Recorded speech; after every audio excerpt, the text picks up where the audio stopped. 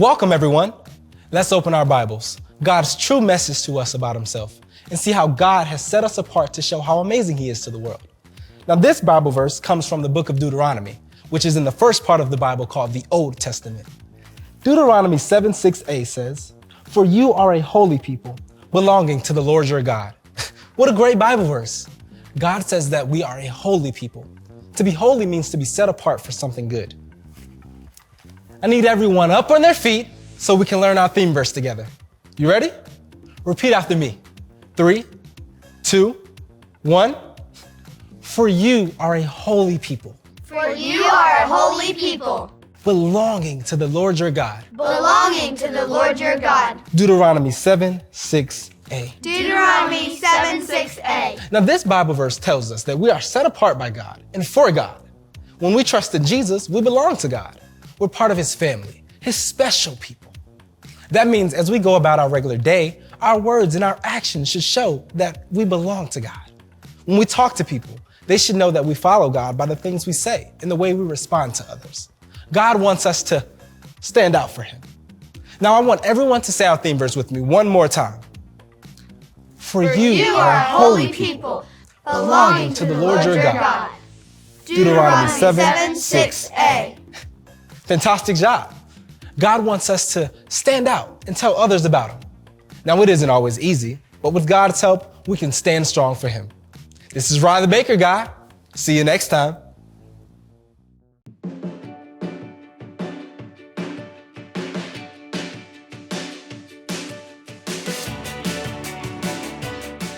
Hey there, I'm Kara.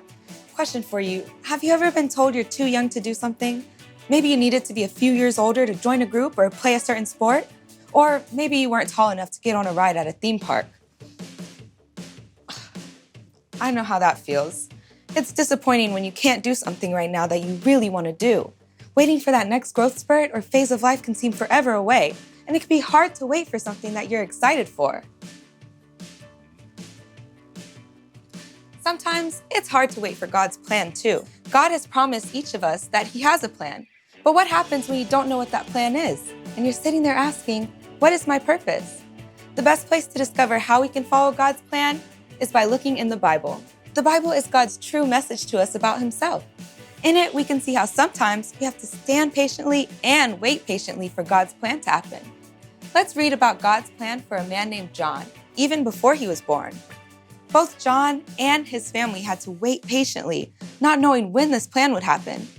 Today's Bible story is found in the New Testament, in a book called Luke. Let's check it out. John prepared the way. Luke 1. Zechariah was a man who served in the temple, the place people went to pray to God. Zechariah's wife was named Elizabeth. God knew that Zechariah and Elizabeth obeyed him and loved him. They were both old and had waited and prayed for many years to have a child. One day, Zechariah was serving in the temple when an angel visited him. Zechariah was afraid, but the angel told him, "Do not be afraid." The angel was sent by God to tell Zechariah that God planned for Elizabeth to have a baby boy, and they would name him John. This baby was going to be special and do great things for God. Did you hear that? Zechariah and Elizabeth had waited for years for a child. And even though it took a long time, God provided them a son.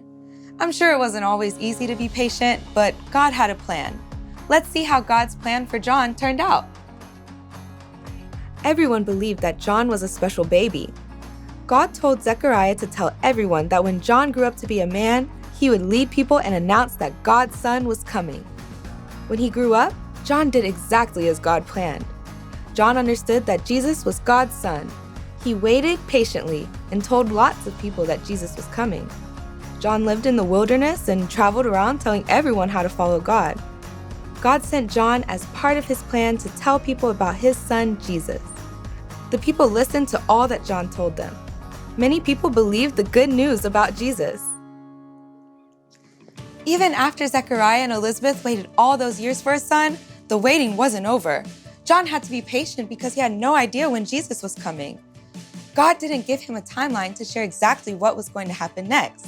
All John knew was that Jesus was coming. John had to remember his purpose, to tell others not to be discouraged, but to have hope because Jesus was near. When Jesus arrived, it changed everything. John knew that Jesus was God's son and that he had been sent for a very special purpose. God sent Jesus so that we could know God.